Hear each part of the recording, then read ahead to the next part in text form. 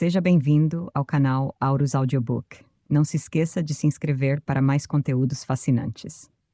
Nesta obra clássica do esoterismo moderno, Papus, Dr. Gerard Encausse, apresenta uma análise filosófica e crítica da natureza do ocultismo, buscando esclarecer seus fundamentos, objetivos e métodos. O que é o ocultismo? Estudo filosófico e crítico investiga o significado do conhecimento oculto, distinguindo-o de superstições, charlatanismo e interpretações superficiais. Ao longo do livro, o autor explora a tradição hermética, a cabala, a magia, o simbolismo e a ciência esotérica, defendendo que o ocultismo constitui uma verdadeira filosofia da natureza e do ser humano. Papus argumenta que o estudo esotérico deve ser conduzido com rigor intelectual, disciplina moral e investigação prática, integrando razão, intuição e experiência espiritual, com linguagem clara, didática e profundamente reflexiva. A obra examina a relação entre religião, ciência e ocultismo, discutindo os limites do conhecimento materialista e a existência de planos sutis da realidade. O autor oferece ao leitor uma visão equilibrada e estruturada das principais correntes da tradição iniciática ocidental. Este audiobook é uma excelente introdução ao pensamento ocultista clássico, ideal para ouvintes interessados em papus, hermetismo, cabala, filosofia esotérica e nos fundamentos intelectuais do ocultismo ocidental.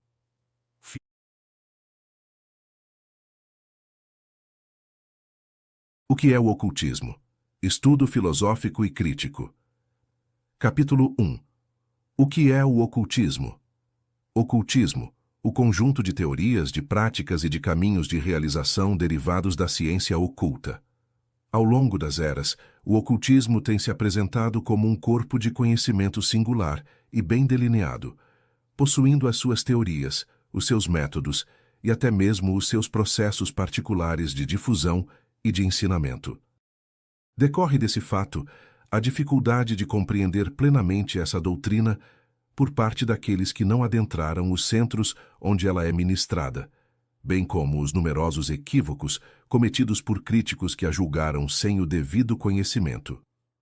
Antes de expor o ocultismo em suas minúcias, estabeleçamos brevemente o que o distingue dos demais sistemas filosóficos.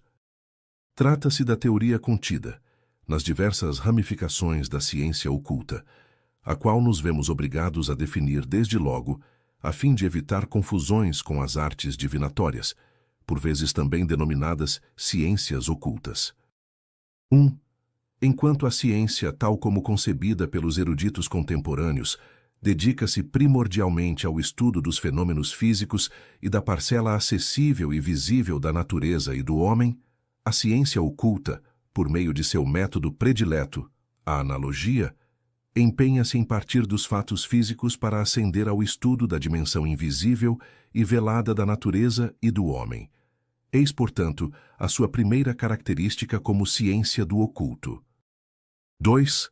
Enquanto a ciência contemporânea dissemina as suas descobertas e práticas por meio de periódicos e de demonstrações públicas, a ciência oculta segmenta as suas investigações em duas categorias: uma parcela que pode ser publicada em prol do progresso da humanidade e outra que deve ser estritamente reservada a um grupo seleto de indivíduos.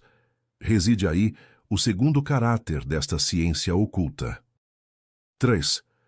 Por fim, enquanto as provas intelectuais são as únicas demandadas dos candidatos às faculdades e às grandes escolas científicas contemporâneas, os centros de ensinamentos ocultos exigem, além destas, diversas provas de cunho moral, não confiando as suas instruções, senão a indivíduos experimentados e capazes de jamais empregarem para o mal os conhecimentos adquiridos. Desse modo, todos os tomos e as publicações referentes a temáticas reservadas são redigidos de acordo com um método simbólico peculiar, o que nos revela a referida disciplina sob um novo prisma, a ciência de ocultar. Tal é o alicerce teórico sobre o qual repousa o ocultismo, seja ele antigo ou contemporâneo. Abstemo-nos de proferir qualquer julgamento acerca desses múltiplos pontos, devendo-nos restringir à exposição de um objeto por demais afeito à obscuridade, para não demandar de nós absoluta atenção. O ocultismo atua, por conseguinte, como representante de uma espécie de sociedade científica singular, distinta das universidades. Dado que sempre existiram indivíduos que preferem os seus métodos aos da ciência tradicional, que este possui uma literatura particular e nutre um soberano desprezo pelos métodos exclusivamente materiais de investigação, e, por fim, que ainda existem na atualidade em quase todas as nações fraternidades ocultistas de iniciação, afigura-se-nos indispensável analisar este sistema. 1. Sob o ponto de vista filosófico. 2.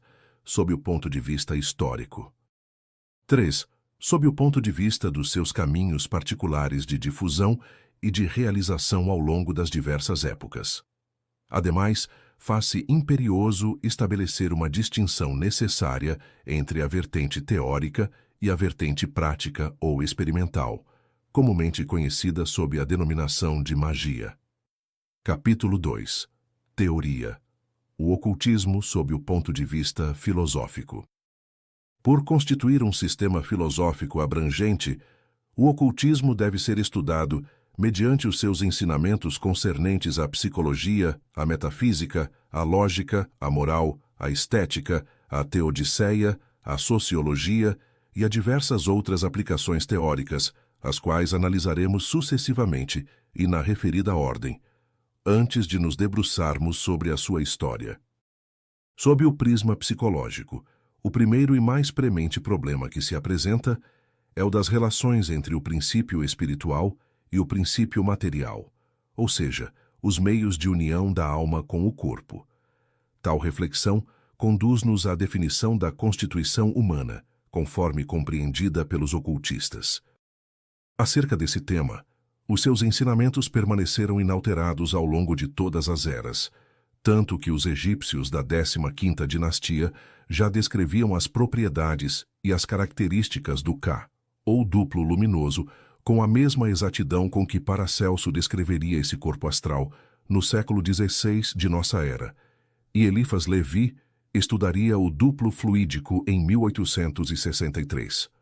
Para os ocultistas, o homem é constituído por 3 princípios, harmonizados em uma unidade universal. 1. O corpo psíquico, considerado tão somente como o produto e o sustentáculo dos demais elementos. 2. O corpo astral, duplamente polarizado, o qual une a dimensão inferior, psíquica, à dimensão superior, espiritual. 3. O espírito imortal. Desses diversos elementos, apenas um é particular aos ocultistas. O segundo, isto é, o corpo astral. Os outros 2 são minuciosamente estudados. O primeiro, pelos anatomistas e fisiologistas, e o terceiro, pelos psicólogos e filósofos. Essa constituição tripla do homem afigura-se tão peculiar ao ocultismo tradicional que basta por si só para identificar os seus representantes em qualquer época, permitindo no seio do próprio ocultismo apartar as escolas genuinamente tradicionais das aberrações ou compilações ineptas forjadas em diferentes períodos sob a égide do véu oculto. No que tange ao ente humano, o ensinamento pode ser sintetizado nestas proposições. Funs, o homem é constituído por 3 princípios, sintetizados em uma unidade, o que configura a doutrina da triunidade. 2. O homem é análogo ao universo, constituindo a doutrina do microcosmo, ou mundo pequeno, e do macrocosmo, ou mundo grande. 3. Existe uma correspondência direta entre cada elemento humano e o seu análogo no universo. Trata-se da doutrina das correspondências, sobre a qual a magia se fundamenta e a cujo respeito discorreremos oportunamente.